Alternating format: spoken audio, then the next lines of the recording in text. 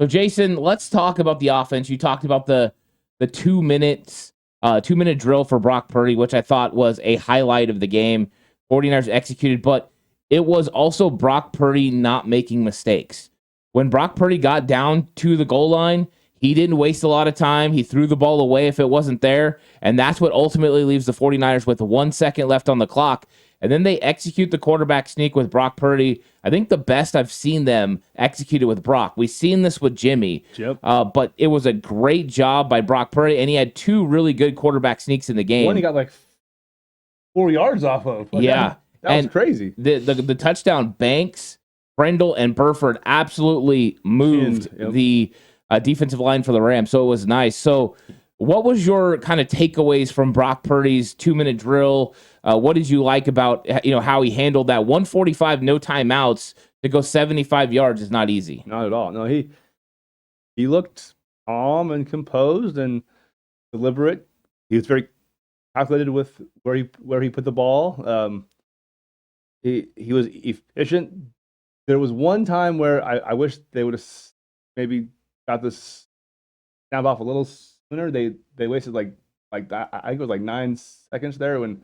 As it turned out, it worked out, but in the future, it needs to be a little faster earlier in it. But he was boom, boom, boom, and took advantage of a couple throws to put defense in the spots where they committed the penalties. So the drive was nice. Yeah, I thought Kyle dialed it up early with the throw to Debo to the sideline that allows Debo to make plays, and if he needs to get out of bounds. Comes right back to McCaffrey on the side, lets him get out of bounds. Yep. It was very nice, easy offense to get Brock moving, get across midfield. Brock hits that nice throw to Jawan Jennings as well. That ball was beautifully thrown. Yeah, so Brock, even though he had some misses during this football game, had a lot of big hits as well.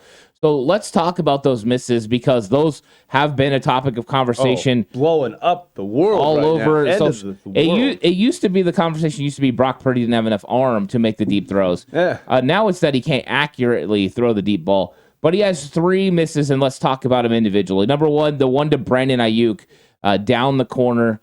He runs a corner route. He overthrows him there. Then you have Debo running a post pattern. George Kittle clears everything out, and Debo's one-on-one. And he misses him over the top there, overthrows him. And then the one to Jawan up the seam, which is a tight window throw. That one's probably the toughest throw of the 3. But what was your thoughts on him missing those deep balls? And are you concerned about his deep ball accuracy after this game? I think the Ayuk one was the most annoying because at that point in the game, San Francisco was teetering on being able to extend and potentially change how the Rams approach offense. And so by not going up 14 there, having it just be 10, I think they felt comfortable enough to keep their offense going. That, and if that ball's in the right spot, that's going to be an easy touchdown. Like he burned Achilles so bad, which was hilarious, which I don't understand why Weatherspoon was talking all that mess to McCaffrey in the first place. Like that, dude, you've been on like 9 teams. Like, shut up, bro. Like, what are you doing? The Debo one, yes, he overthrew him, but I think Debo's route could have been a little better too to kind of help him out. I think he cut it up a little too narrow, so he's going out and up a little farther. And on that one, if he just puts a little more air under it, he drops it in. So. Of the 3, that was the least concerning to me because that one I think is easily coached up. There is something about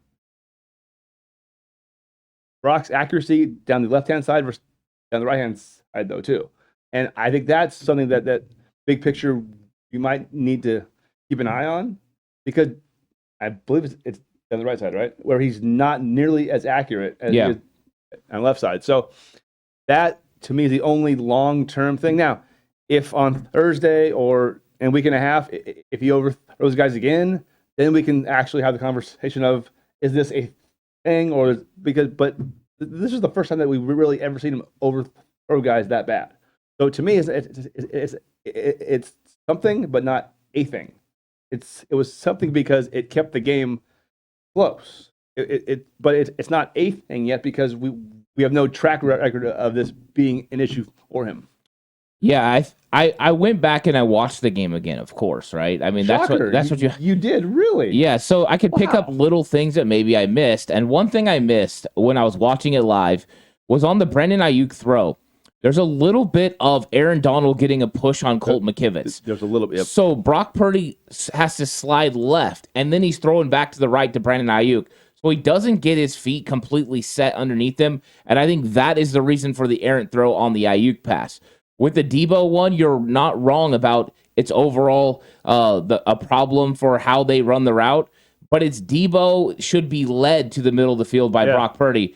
There was no safety. The safety had vacated completely. Gone. It was one-on-one, and there was a big win by Debo, and he tries to be too fine with his line. Yep. If he throws it to the middle of the field, like back towards this edge of the goalpost, it's probably a touchdown. That's an easy coaching point for Brian Griese, and that's something that Brock can handle. And then the Juwan Jennings one, Kyle Shanahan was shocked he even took a chance and threw that football. He said that was on the backside of the progression.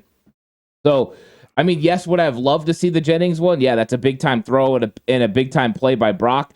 I think he's proven now that he has the arm strength to have a vertical passing game. Yeah. Now he's just got to work on the accuracy, and I think some of it is marrying the lower half of his body to his upper half, especially when he's having to move.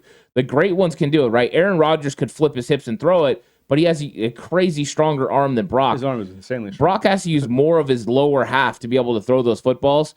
And so I do think this is going to be something he gets better at as the season progresses. But instead of looking at the negative, I'm going to look at the positive. There's two opportunities for Brock to go deep down the field where wide receivers win. He recognizes it and gets the ball downfield. Did they work out? No. But maybe next time they will. Yep. And if Ayuk and Debo, and this is the second week Debo's leaked out free deep down the field, this is good news for the 49ers that he can win in his route running and not just from Kyle scheming him up. Yeah, that's true, too. Full episodes of The Ant Hill Show are available over on Patreon. 49ers Cutback on Patreon. Thanks for watching.